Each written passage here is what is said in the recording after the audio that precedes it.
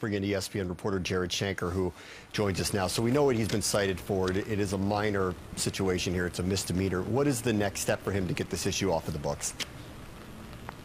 Well, the next step is that he's going to have to pay a fine. He's going to have to pay restitution to Publix, $32.72, and do 20 hours of community service. Now, Mike Wood said that that number can go up, but it sounded unlikely, so he'll do at least 20 hours of community service, and then as long as he completes that, it should be okay. If he doesn't, although Mike Wood said he has no reason to believe that he won't, it would go back to the state attorney's office, and at that point could become something a little bit more.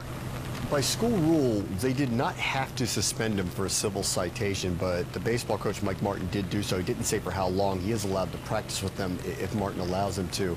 I know a lot of us are watching, though. He's the Heisman Trophy winner. What the reaction from Jimbo Fisher and the football team will be, what do you imagine that's going to be?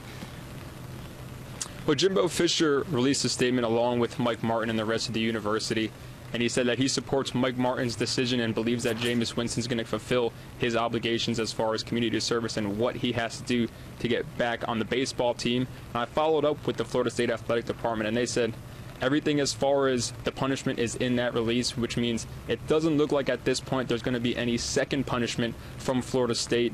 Nothing as far as how it could affect him in the season opener against Oklahoma State and Dallas. I was told by the Florida State Athletic Department everything that's in the release is what's going to be handed down to Jameis Winston.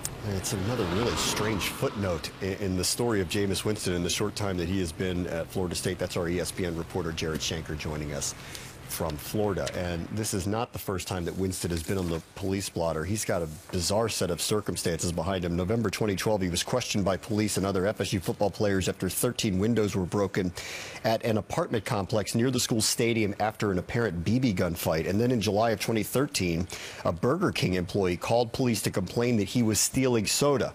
Also in November of 2013, a much more serious issue came up. He was investigated for alleged sexual battery stemming from a complaint filed by a woman in December of 2012. He was never arrested or charged in any of those circumstances.